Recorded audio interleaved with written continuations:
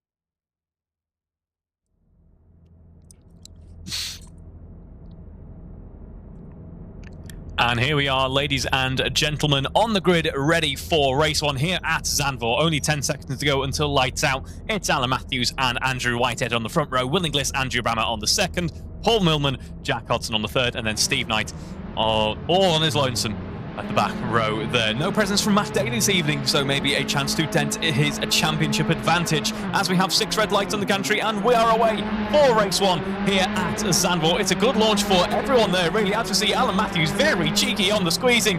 Andrew Whitehead there, that allows Will Inglis to come up alongside here, now side by side with Andrew Whitehead, but Andrew Whitehead is very wise to him and is able to box him off on the exit of that first corner. Then heading deep into sector 1 now, the tight left banked corner of turn 3 before we run down towards one of the lowest parts of the circuit now, so plenty of time to build up some speed here. The camera work at this circuit in particular is fabulous, I must say. It works really well in the sim. As we see Alan Matthews leading Andrew Whitehead by 1/10 of a second. These two are pretty much dispatched of the rest of the pack, and it's unfortunate issues there for Alan Matthews. Goes a little bit too wide into the corner, goes over the gravel and just about makes it back onto track in the right direction. That has cost him big time though in terms of speed. He clipped Andrew Whitehead on the rejoin, so Andrew, I imagine, was less than comfortable in the cockpit, was able to carry on though but has also lost speed himself, because there is Willing Bliss. Willing Bliss was side by side with Andrew Whitehead just a moment ago, and all of a sudden this nice lead that the two front runners have built up has been closed up at quite a rate, really. Here is Willing Bliss, and having a look down the inside, heading into turn 11. A nice attempted move there, had to back out of it though. Of course, all this battling for P2 is bringing Andrew Brammer, bringing Paul Milman, bringing Jack Hodson into the mix, as well as we're going to head towards the end of lap 1 now. Back onto the start-finish straight in just a second. Then Willing Bliss leads from Andrew Brammer. Is going to benefit from a little bit of a slipstream though as we head onto that start-finish straight. Doesn't take advantage of it though, actually, as we get ready to run it down into that heavy braking first corner. Once again, the camera pans over to see a bit of a battle here, on a bit of a gaggle of cars, really, as we have 4 cars heading into turn 1 at pretty much the same time. This is making matters very simple indeed for Willing Bliss, sorry, not Willing Bliss, for Andrew Whitehead. But all the work to be done really for P2 here. Alan Matthews leads Willing Bliss ahead of Andrew Brammer and Paul Milman. Pretty much a 5 or 6 car battle for the second position at this point. 5-car battle for certain. Andrew Whitehead, this time a lap ago, was probably feeling less confident in his secure position out on track here. Now I think he can just settle into a bit of a rhythm and make some decent innings into trying to build up a nice lead. We saw that at Spa, of course, a couple of weeks ago, when it was all really about building yourself up a nice gap, because that was a fairly close pack, all things considered, and I think we're going to have that again here at Zandvoort, which is great to see. The numbers might not be the absolute biggest in terms of cars out on track this evening, but the pack is certainly close and is going to make for some fantastic racing. So if you want to be part of that fantastic racing, do get in touch with the likes of Guy Sorek or myself on the relevant AROC Facebook groups. Make sure to get yourself joined up to the AROC Racing League's Facebook group as well. Of course, we are open to non-AROC Alfa Romeo Owners Club members as well. You won't be eligible for prizes, all that sort of thing, but you can certainly still take part in this fantastic racing action that we're enjoying here. As you see, Alan Matthews starting to settle in a little bit now, has managed to regain his composure and keep himself clear of Willing Bliss. He's just set 2 purple sectors. He's been beaten by Andrew Whitehead on that front, but on the previous lap had posted 2 purple sectors, starting to break away now from Willing Bliss. Andrew Whitehead, I should add, is really pushing on now. Complete washout of purple sectors on that previous lap. Of course, it was the first lap of the race, so that is to be expected. But still a very nice start of the race for Andrew Whitehead. A 136.2 compared to a 136.9 for Alan Matthews behind, so 7/10 an advantage that he built up on lap 2. Let's see what Alan Matthews though can do to try and close that back up. Meanwhile, in our comparative mid-pack in the field, we can see it Willing Bliss leading from Andrew Brammer ahead of Jack Hodson here. Willing Bliss is doing his best to keep up with Alan Matthews. Alan is currently going purple on this lap. It's a 137.8 on the last for Willing Bliss, a 136.9 for Alan Matthews, and then Andrew Brammer and Jack are under 38 as well. So we're not quite matching each other in terms of pace at the moment. I think it's going to be a bit more telling as we head further into the race. Lap 3, of course, everyone should be totally settled in by now. It's a relatively long lap here. As we head further into the race, we're going to see differences in tyre strategy, car setup that affects tyre wear. So we might start to see things balance out a little bit more, as cars that might have a bit more peak grip early on start to drop off further into the race, as Alan Matthews has a big issue there on the exit of turn 13. Catches the gravel, has lost a huge amount of momentum as a result.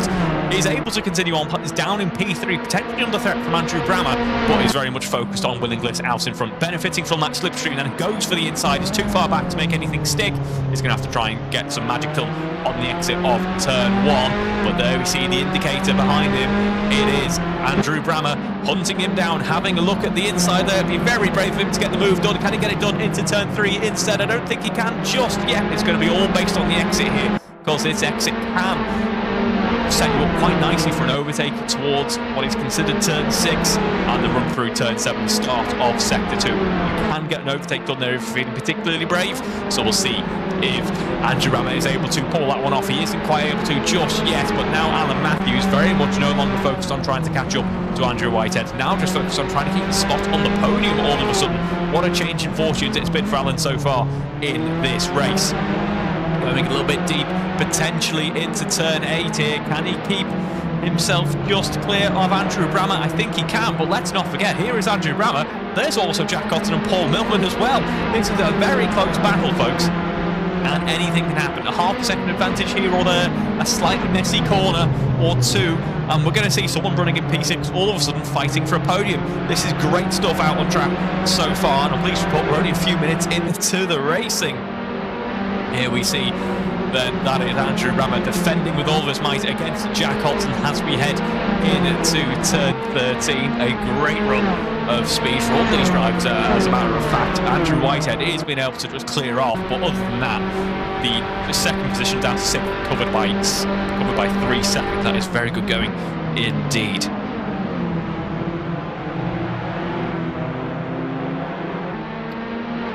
Back onto the start-finish straight once again. You can just occasionally clipping into view. There is Andrew Whitehead, but he's starting to build a nice, comfortable gap here. We'll have a look at his points. We'll have a quick discussion about his points in a moment, but he's doing a very good job of things at the moment, it must be said.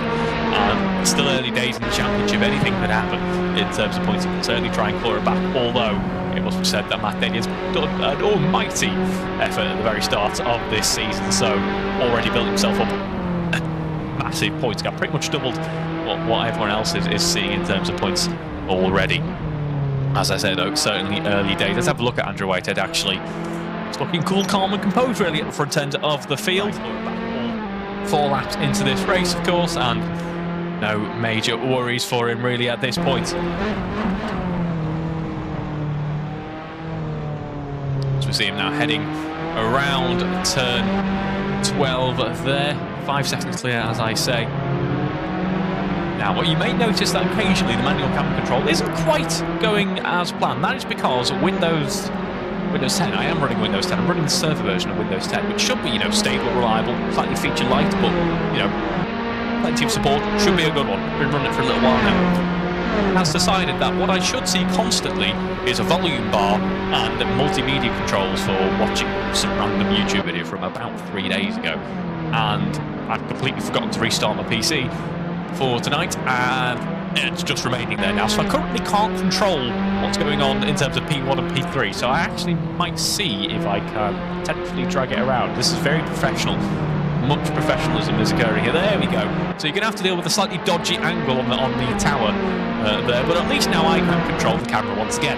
Go on board with Will Inglis, 5 seconds behind Andrew Whitehead, and now running in P2. So this is an important phase of the race for Will Inglis as he tries to build up a gap to break away from Alan Matthews. Alan, though, currently setting purple sectors here or there. It just seems to be every now and again a slight issue, as we have on cue there. Is that commentator's curse? Potentially the back end on Alan Matthews' car stepping away from him, giving him plenty of troubles there. That is not what he needs at this phase of the race, because that has dropped him down to P5 now. Of course, let's not forget, started on pole, now finds himself in the lower end of the running. Not the way you wanted this race to shape up, I am sure, and it's really not what he needs in terms of his championship as well. We know Alan Matthews has the pace, one of our quickest drivers for sure. But it's Matt Daly currently leading this championship with 120 points. Then second, it's Jack Hodson, currently running 7th in this race, so not a good start for him either. It is Jack Hodson currently running in, as I say, 7th place, 56 points to his name in P2. Then we have Will Inglis, 55 points, so currently Will Inglis is looking to jump up and overtake Jack Hodson. Then we got Alan Matthews P4 with 48 points to his name after the previous round. So some points to be found, that's for sure, but certainly not what he needed. And that is disconnection for Jack Hodson, which is a great shame as it stands, because he's currently running P2 in the championship. Then we have Andrew Whitehead, currently P6, 35 points to his name. So he will, again, make a nice progress in the standings in this race if he's able to jump up towards the likes of winning this Jack Hodson, which he will be able to if he keeps up this position and keeps on course to taking away 25 points. Then we have Paul Millman, Guy Swarbrick and Steve Knight completing our roster for the championship standings so far. Alan Matthews currently trying to make progress and close back up to the legs of Paul Millman on that last lap, of course, with that spin. It was a 1 minute 42 second lap, so not what he needed at all. Let's see, though, how things shape up after the end of this lap.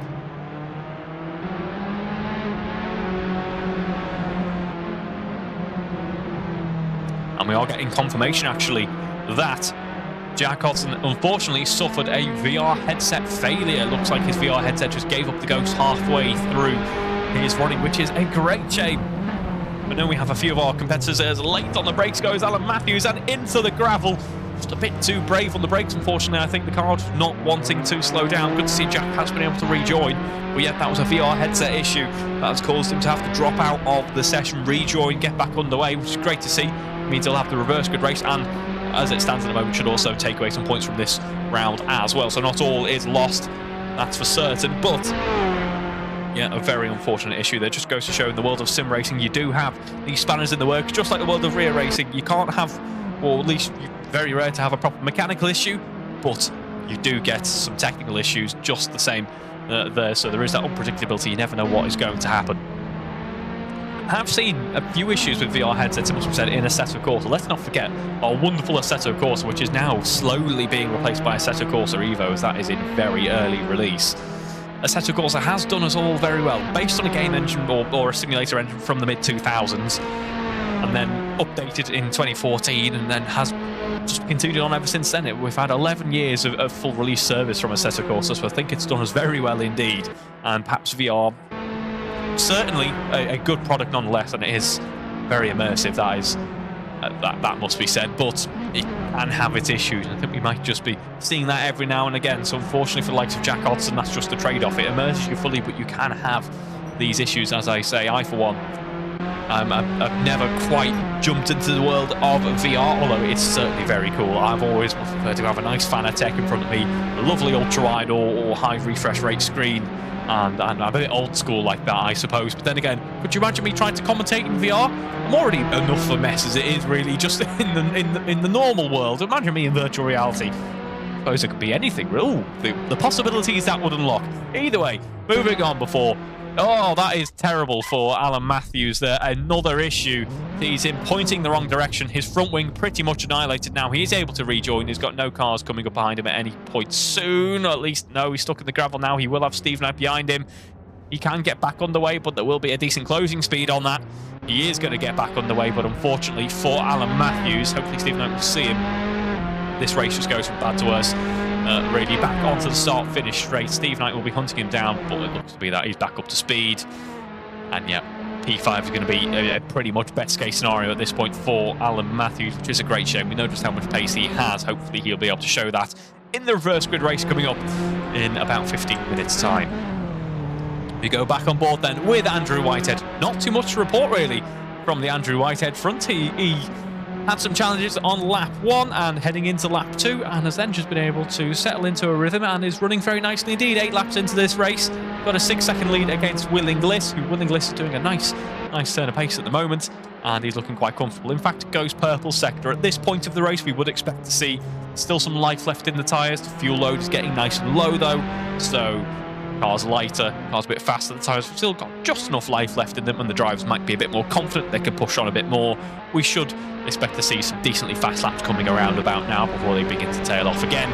I'm seeing confirmation of that there. A personal best for Will Inglis on sector 2 this time around, and a purple sector 2 for Andrew Whitehead. Can he complete the lap and cross it with another purple sector? He can't, but it's still a good lap indeed. A 136.7. His best so far, a 136 flat.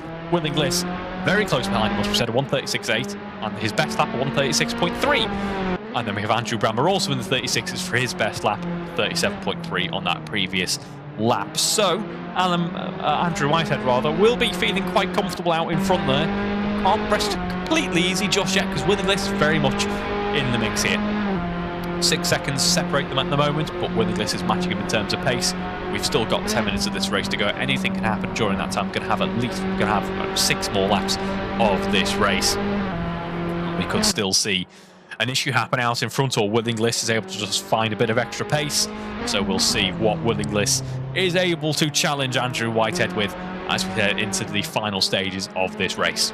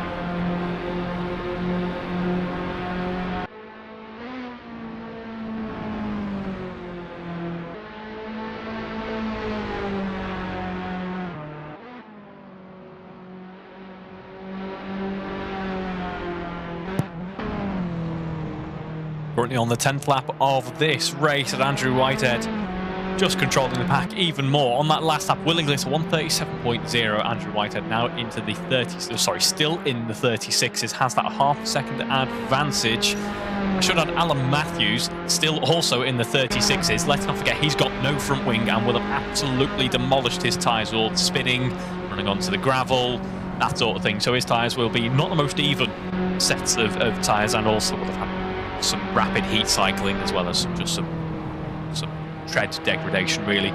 So the grip levels on offer from his tyres won't be the best, and his front wing is annihilated, as I say. So lots of downforce lost from that. Despite that, still in the 36s, so do not count Alan Matthews out for the reverse grid race. He'll be starting at the upper end of the field and has that pace to control it as well. In fact, on the last lap, actually slightly faster than Andrew Whitehead. So Alan Matthews currently the fastest car out on track. He's not going to have enough time, unfortunately, to close up the likes of Paul Milner, but it's still a great run for Alan Matthews. Despite the issues he's faced earlier on, he's shown that he should be able to at least fight for it in the reverse grid race. And still 5th place in the end. Decent points to add to the tally. Not as many as he would have wanted, I'm sure, but still, points are points, and points will certainly matter at the end of the season. We all know just how close the AROC Racing Leagues can become.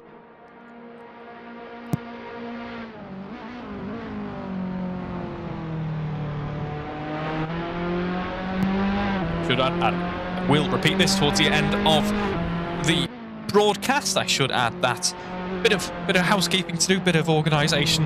There will be a couple of missed rounds coming up in the near future. Next week, I will be missing the touring car round, which is a terrible shame. I feel like I've just missed every single touring car round. I'm going to miss the next two. So there's barely been any touring car broadcasts this year, which is a great shame. I'm hoping to rectify that as soon as possible. Although looking at the calendar coming up, there's going to be a couple more missed as well. So that is, I'm terribly sorry for that. But yes, next week I'll be away then for the 5th. We should have a stream. Then the 12th and the 19th, I will be out of the country. So no streams on the 12th and 19th of March or the 26th of February. Then 26th of March, we should have a stream. And then the 2nd of April as well. We are looking like, oh, no, we will be. It's possible there could be a stream on the 2nd of April. There is a real-life commentary gig that I have I have an obligation to take part of, unfortunately, as much as I don't want to put this in jeopardy. I do also enjoy the karting commentary, and there is an obligation there. There's contracts, etc. It means I do have to stream that one. So I will be away, but it is a relatively local. It's about 100 miles away from me, if not a little bit less. It's in North Wales. So the day finishes at about 5 p.m. So if I play my cards right and traffic isn't too bad, I might be able to get back in time and get a stream on for you on that day. But that is a little while out yet, so I will remind you of that in due course. But yes, up until mid-April, might be a couple of missed rounds here or there. Terribly sorry about that, but wish I could do more, just unfortunately can't. Back to this evening's racing then, and Andrew Whitehead still leading, still maintaining that 7.5 second lead. Alan Matthews at 1 minute 40 on the last lap. Wasn't the cleanest laps, of course, and he lost a little bit of time as a result. It's just going to be a case now of bringing the car home for Alan Matthews. The top 3 in the 37s, but I don't think there's much more pace in these cars at this point. We're in the final 5 minutes of this race now as we go on board with Andrew Whitehead, and that is a great camera angle there, which follows the angle of the final corner around to just give you a real idea of just how banked this track is as we head to start the next lap now with Andrew Whitehead. Perhaps I was wrong when I said 9 laps in. We should have about 6 more laps. We might have 7 more. Currently on lap 12, we'll just have to see how many laps left we have, and that will give us a good idea, of course, for the reverse grid race coming up next. It'll be the same race length, same race format, the only difference being the grid is reversed round based on the results of race 1. So looking forward to that one as we stay on board with Alan Matthews for the time being.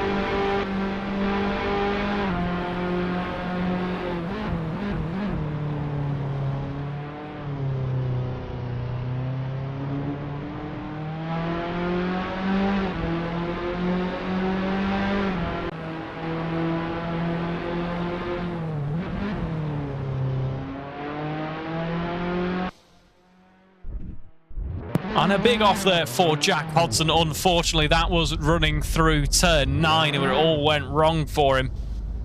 It's quite easy to do that. It's a deceptively tight corner. It's turn 8, turn 9 there. The track kind of backs onto itself, and the radius is a bit steeper than can be expected sometimes. That was running through turn 9 up towards turn 10 there. And yeah, just caught Jack Hodson out by the looks of things. Still on medium tyres. These are all good practice laps for his reverse grid race coming up next, of course. We are back aboard with Andrew Whitehead here. 8.5 seconds his lead now to Will Inglis. It has been a commanding drive for Andrew Whitehead. Hopefully showing us that he's going as he means to continue on, really. And I look forward to seeing what he can do.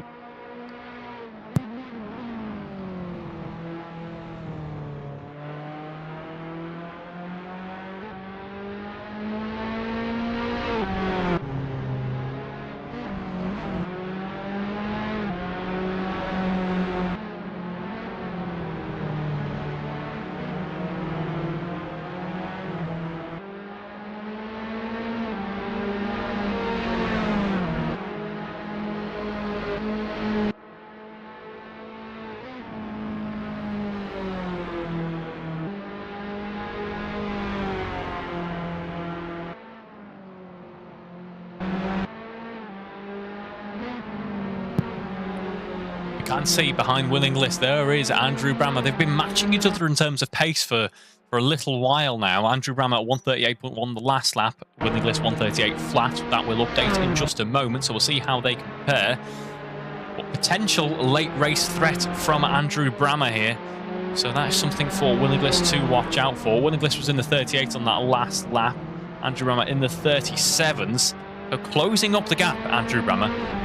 We are heading, at the moment, where is Andrew Whitehead? He is currently just starting the next lap. So this will be the penultimate lap of this race that these two folks are on at the moment. At this rate, it's about 1.6 seconds. It's one thing to catch up, it's another thing to overtake. It would take an issue in the form of Will Inglis, I think, or some miracles for Andrew Brammer, sorry, to overtake at this point. But that is one thing for Will Inglis to consider as we head into the next race. You know, he is going to have some pressure from Andrew Brammer. Yet we saw that pressure earlier on.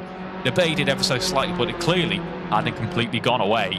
And Andrew Brammer certainly has the pace here to fight. And something I've mentioned so many times in the past, and I will mention again, Andrew Brammer always finds a way of just being consistent. He's never, well, I'm not going to say he's never constantly battling for the top step of the podium. He's never always on pole and fighting out for what he is. He's probably one of, if you're a team boss at least, one of the best sort of racing drivers to have really in your roster. He's just consistent. You know what you're going to get. He's predictable. He's always going to be fighting for those really nice point scoring positions. And when things go wrong for the front runners, there he is on the podium, taking away podiums. And Andrew Brammer is often performing well as a result of that. Here we are on the penultimate lap of this race then. Andrew Whitehead is just about to start the final lap. In fact, he has just started the final lap. And there's a battle now going on between Will Inglis and Andrew Brammer. 9/10 of a second separating these two as we start the final lap of this race. Andrew Brammer still in the 37s. That was a 37.6. That was, in fact, was that his best lap of the race so far? No, it wasn't. But it was a damn good lap, that is for sure. And he is closing up the gap to Will Inglis. It now stands at half a second. Make that a lot less than half a second as we head into turn 3. Slightly better exit though for Will Inglis. Still the fight very much on. Where is Andrew Whitehead at the moment? Andrew Whitehead currently heading around into turn 9 in just a moment. But all the action is happening in this fight for P2 as it did at the start of the race. The fight for P2 is going to make or break really how the rest of the race plays out. And Andrew Whitehead just following Steve Knight through towards Sector 2, towards the end of Sector 2 rather, at the moment. Let's see though if Andrew Brammer can try and get an overtake on against Will Inglis. We head around turn 8 and turn 9 in just a moment. Andrew Whitehead is barreling down the back straight and up towards turn 11 in just a moment. As these two drivers have just started action, we're going to go on board with Andrew Whitehead there because he's coming towards the end of what has been a dominant race for him. So we're going to have to pay our congratulations to him, and they are very much well-deserved to find his way past Steve Knight there, heads round the final couple of corners, rides that banking for one last time in race 1. What a great drive it has been. He has returned to the AROC Racing Leagues and shown us that he is not rusty in the slightest. What a way to continue on a championship charge now as he comes across the line to take race 1 victory. Congratulations, Andrew Whitehead. A dominant display of performance there. Then crossing the line, it will be Willing List just ahead of Andrew Brammer there. Too little too late, unfortunately, for Andrew, but it was a great drive. And he's shown that with just a couple more laps, that would have been a fantastic battle for the podium in the end. And he has to settle, I say, for P3, but I'm sure he's pleased with that. Look at the victory donuts confirming as much. Up next, then, we're going to have Paul Milman coming across the line. He'll be taking home P4. And then Alan Matthews will be rounding out our top 5 in just a second. Bringing the cars home then, Andrew Whitehead winning Bliss, celebrating in style. Andrew Brammer, thank you for that one, Andrew. Very much enjoyed there as we see Alan Matthews crossing the line. Then the commiserations to him, really, still top 5 result, can't complain. A couple of points, but so much more could have been had in this race. And we have Steve Knight will be coming home P6, and then Jack Cotton actually retired from the session there, unfortunately. So hopefully we see him in the reverse grid race. Hopefully we see you all in the reverse grid race coming up in just a few moments. So don't go anywhere.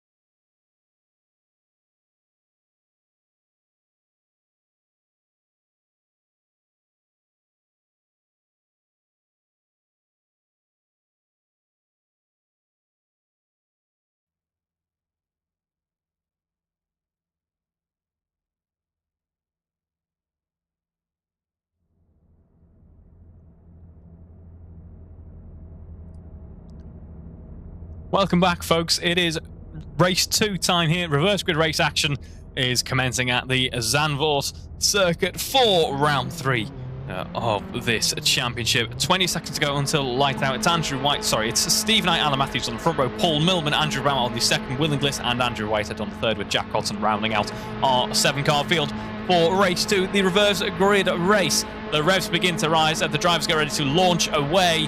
Let's see, as we have 6 red lights on the gantry, we are away for race 2 here at Zandvoort. It's a great start for Alan Matthews, who gets a nose ahead of Steve Knight on the race start. Paul Millman, Andrew Brammer and Will Inglis scything their way through, as well as we run through turn 1. Everyone making it through cleanly there. Very brief bit of contact between Andrew Brammer and Will Inglis, but that is just typical racing stuff. It was very, very minor if it was actually happening at all. Alan Matthews then a great start to the race. Paul Millman gets ahead and into P2 as well. Will Inglis follows him through. It's a great start for Will Inglis, given how highly he finished the race previously.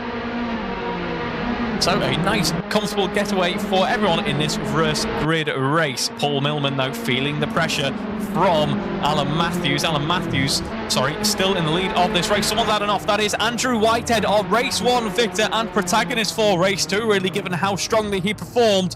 It all goes wrong for him heading in to turn 7. That is an absolute disaster for Andrew Whitehead. He is able to carry on, but it's 11 seconds off the lead of the race. Let's watch out for him now and see what he can do in this reverse grid race. He had that half a second to a second advantage at any given point compared to the rest of the field, and we still got 25 minutes to go.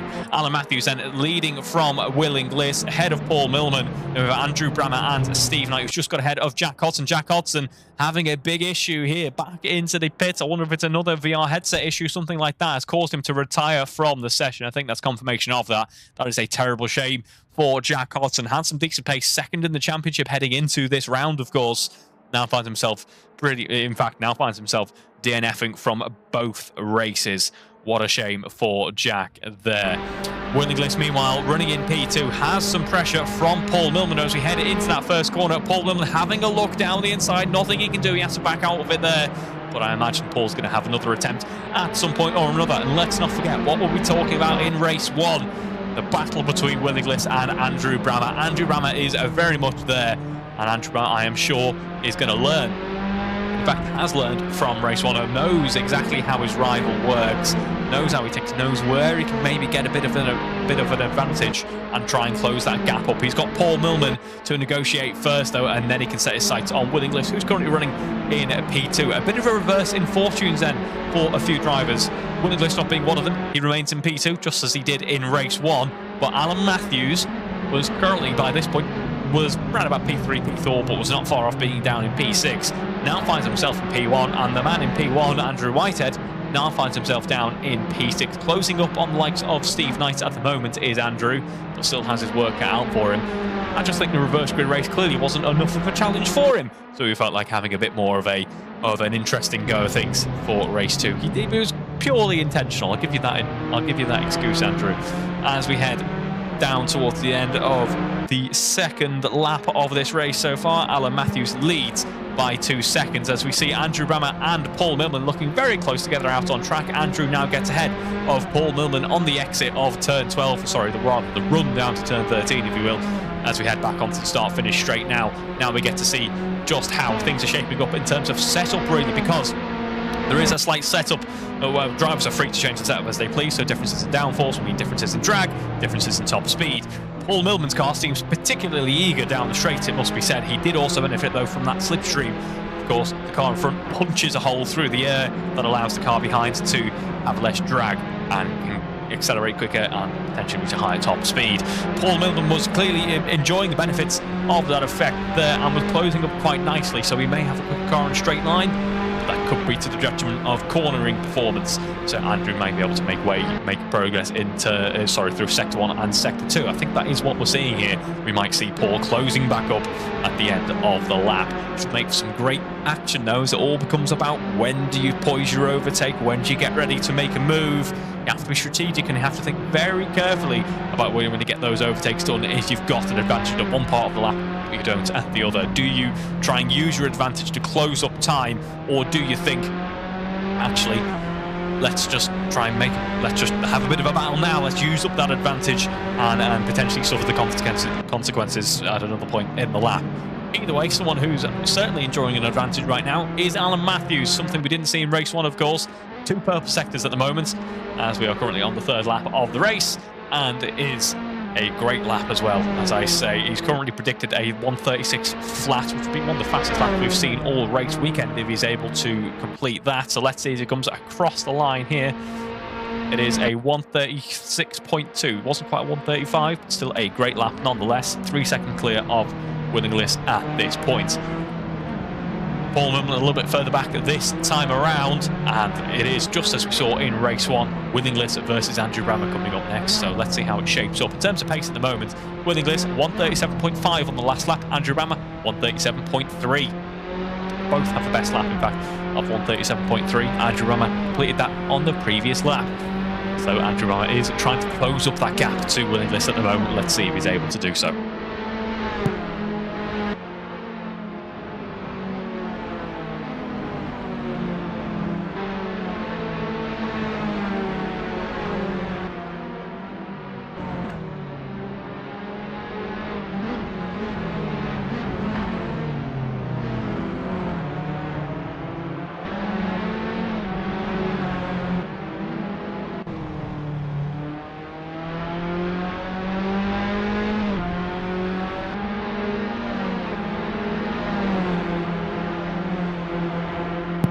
Gap currently standing at 1.5 seconds.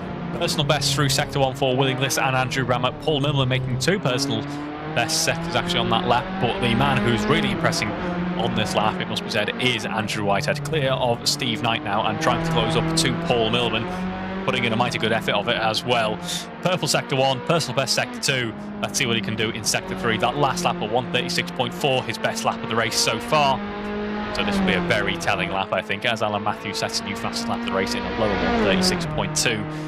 Andrew Whitehead is foot matched on the throttle, comes across the line there and posts a 1:36.1, the new fastest lap of the race so far, as he is closing up to Paul Milman by the tune of 1.2, 1.3 seconds a lap. So my maths puts at about 5 laps. Should be ahead of Paul Milman, or at least battling with Paul Milman. That brings him pretty much in play with the likes of Andrew Brammer and Willing List. So hopefully, for Andrew Whitehead's sake, what we will see is a good recovery drive here for the man in the white and red liveried car. Go back on board though with Willing List, who's controlling the battle at the moment between him and Andrew Brammer. He certainly cannot rest easy. There's only a second or so gap at any point between him and Andrew, so there's not time to forget about what's happening in the rearview mirrors and just charge on with your own race. But if you can manage the pace at the moment, he seems to have a very, and I must stress the very slight edge on Andrew Brammer at the moment in terms of pace, so I think should just about stay clear of what Andrew Brammer is able to do. But one slight mess up here or there, one slightly dodgy corner, and there is Andrew Brammer right on his differential, right on his gearbox, right on his rear wing, whatever you want to say on the back of his car, he will be on it. So could be a good battle going on there between those two drivers. Now, they might not be battling in terms of track position, but they're certainly battling in terms of pace, just like they have been all weekend. Alan Matthews and Andrew Whitehead. Alan Matthews purple through sector 2. He's going to come across the line in just a moment. It is 1:36.3. Andrew Whitehead, purple sector through sector 1, personal best through sector 2. Let's see as he heads through towards the end of the lap. Can he dive into those 1:35s? He cannot, but it is still an improvement. It's a 1:36.18 now for Andrew Whitehead. So really pushing on, closing up to Paul Milman as best he can at this point.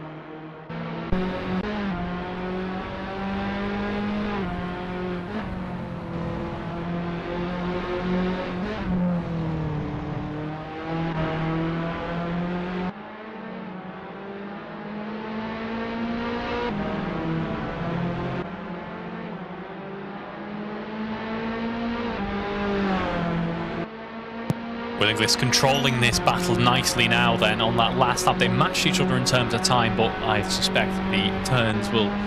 The table... I just knew you said the turns will table. The tables will turn as we head later on into the lap, as we see Will Inglis. They're now building up a near enough 2 and a bit second gap between him and Andrew Brammer. Alan Matthews, meanwhile, still controlling this race very nicely indeed. 6 seconds his lead out in front. That last lap at 1:36.4, so it's just about managed to stay ahead of Andrew Whitehead at this point.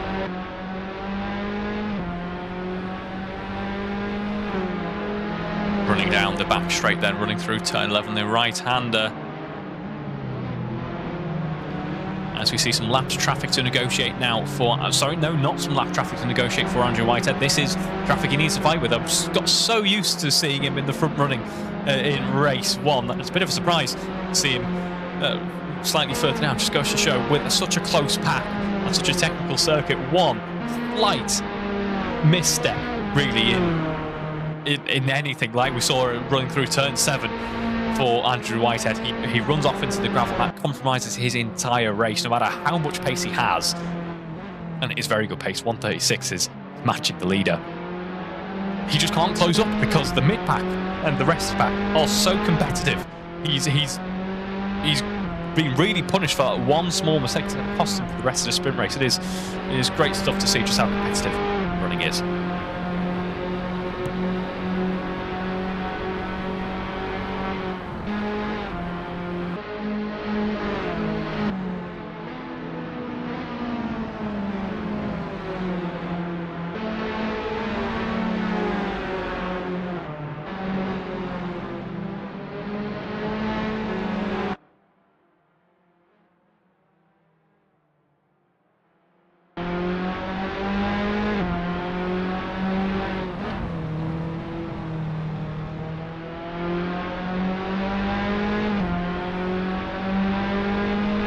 Here we see Andrew Whitehead closing off that gap to Paul Millman earlier than I predicted, actually. He's been able to do it on, it's currently the 8th lap of this race.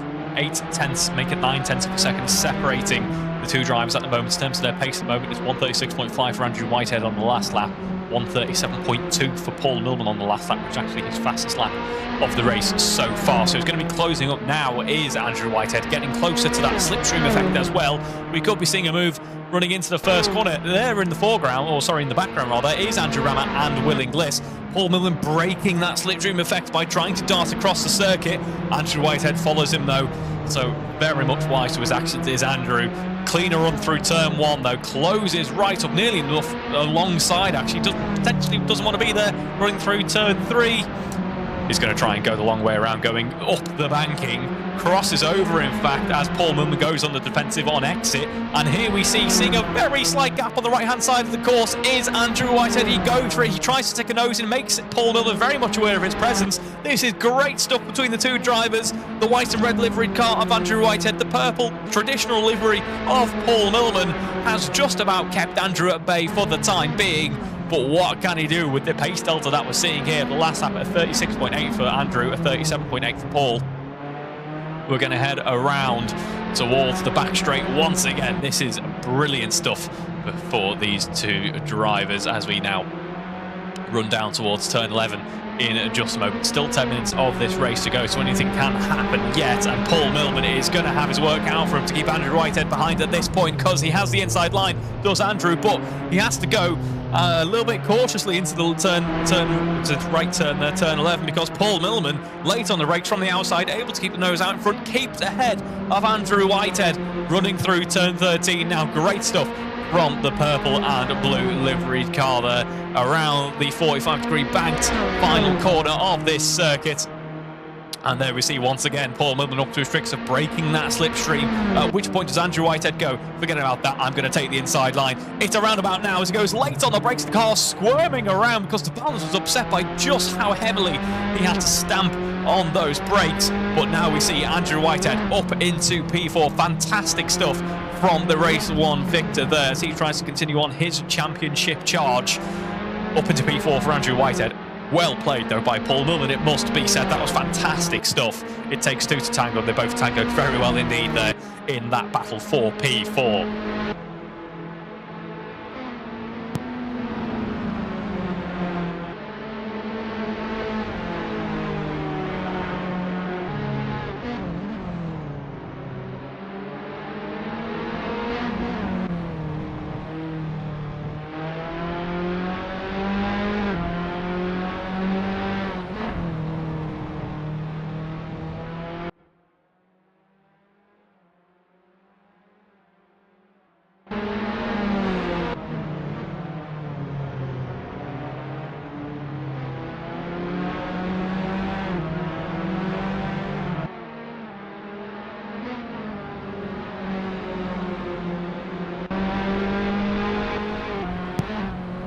As mentioned, just under 10 minutes to go of this race now, so let's have a quick look at how the championship is shaping up after race 1 of round 3.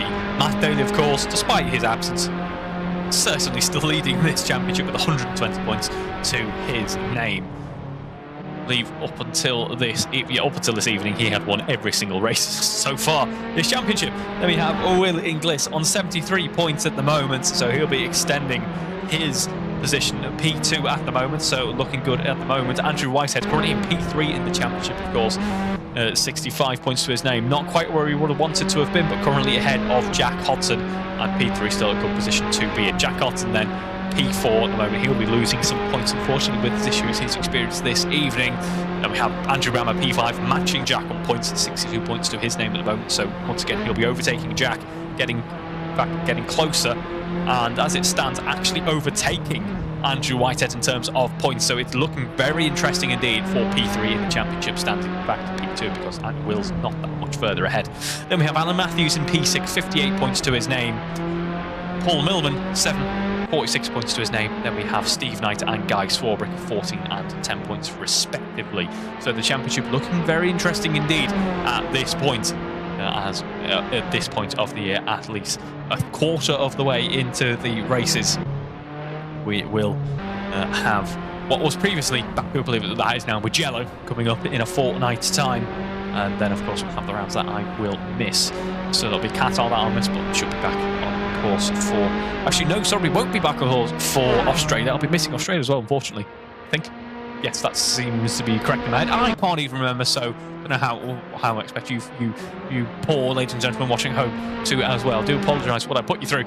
Then we have Japan, Saudi Arabia, Miami, Imola, Monaco and Barcelona are running for this year, as of course. Once the Formula 1 calendar kicks off around about the Australia time. Yes, so I will be away because we're watching Australia and I'm out of the country. Around about that time, we start to sync back up with the real-life Formula 1 calendar, so there's a good indicator of what round's coming up next, if you needed one there. I should add, meanwhile, Alan Matthews leading this race now by 6, make that 7 seconds there, so a very impressive run of things, showing us just what he could have done in race 1 without the issues that he experienced there, really looking very good for him at this point.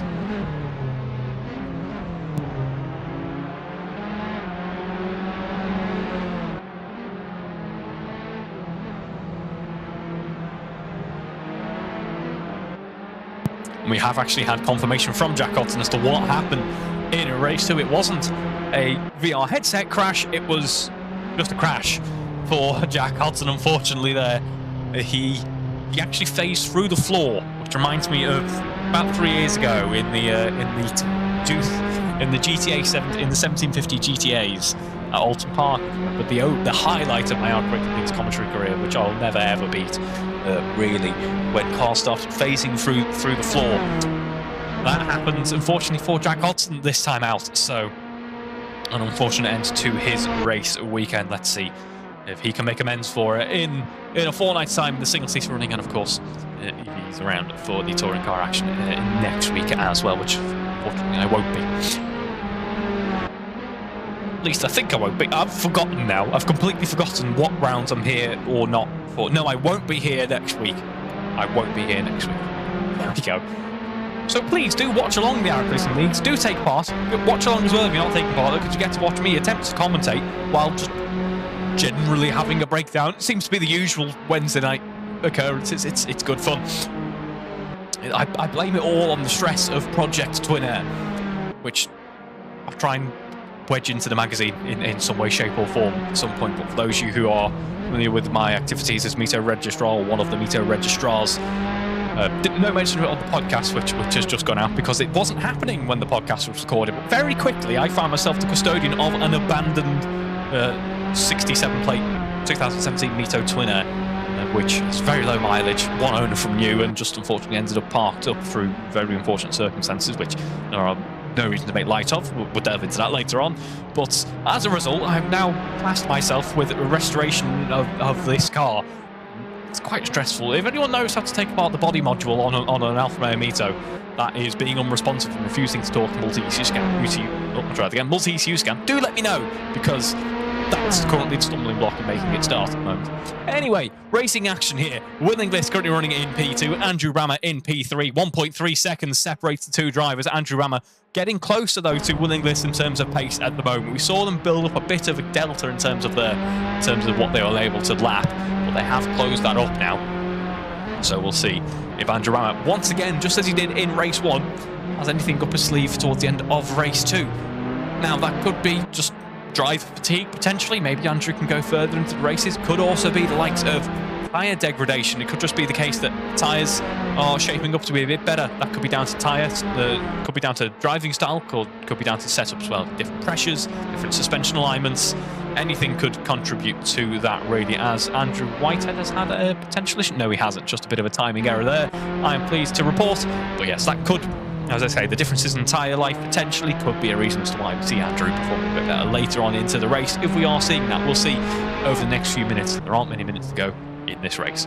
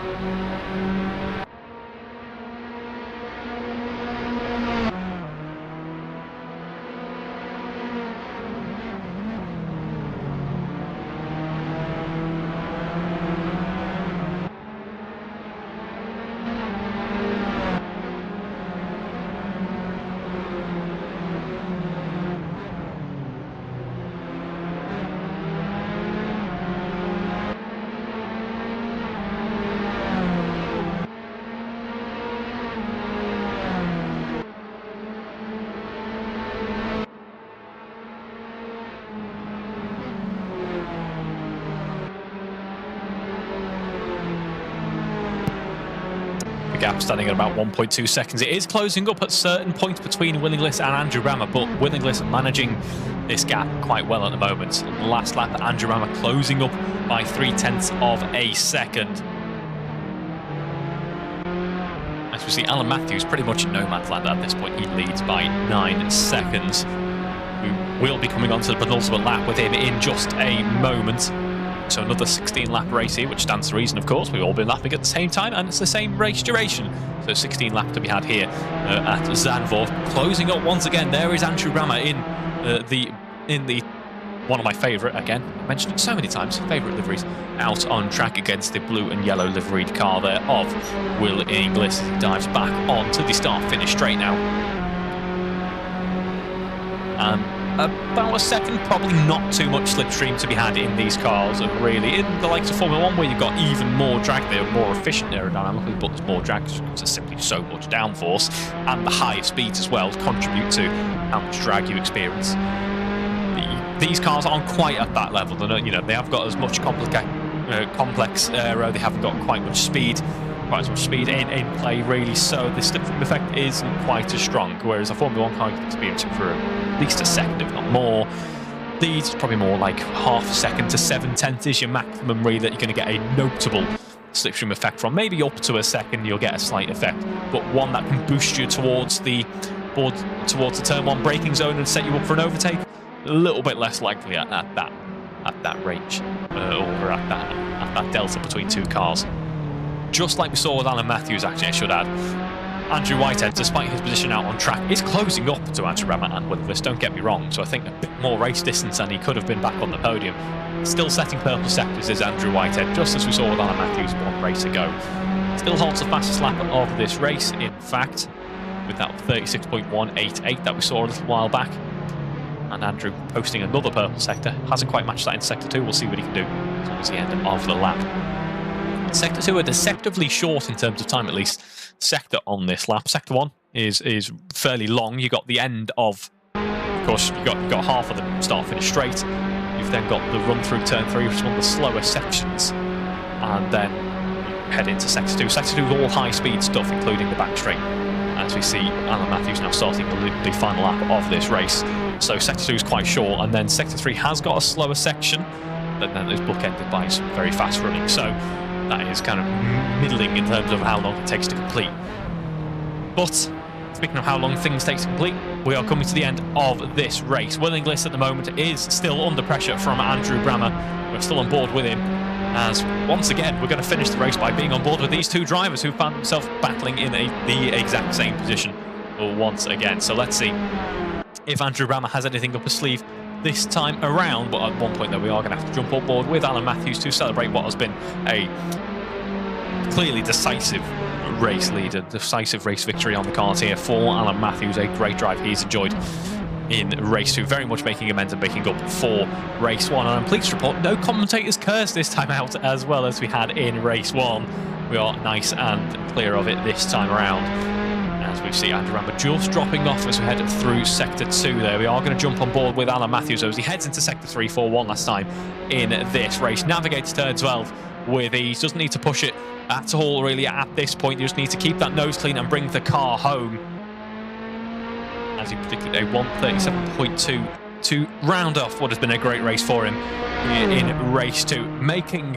good progress in the championship standings, and a clearly dominant drive for Alan Matthews in race 2. He crosses the line and takes race 2 victory. Congratulations, Alan, there. The pole wasn't for nothing in the end. That is a great drive. Will Inglis comes home P2 in the end, ahead of Andrew Brammer, P3. Andrew Whitehead P4, very close indeed. A great recovery drive for Andrew, but the focus goes to Alan Matthews as he celebrates with the typical victory donut. Everyone else joins in as well. We get Will Inglis in on the donut, Andrew Brammer in on the donut, Andrew Whitehead taking part as well. We have our donuting quartet there. Can we make it a fivesome? I can't remember the name for a orchestra set of 5. Either way, we aren't going to have that actually, so it will be our quartet to round out the running this evening. Hope you've enjoyed watching as much as I've enjoyed commentating. Congratulations to Andrew Whitehead, congratulations to Alan Matthews. They've set their tyres pretty much on fire to celebrate this evening's running. Hope you've enjoyed watching as much as I've enjoyed commentating. Thank you very much for watching, and good night.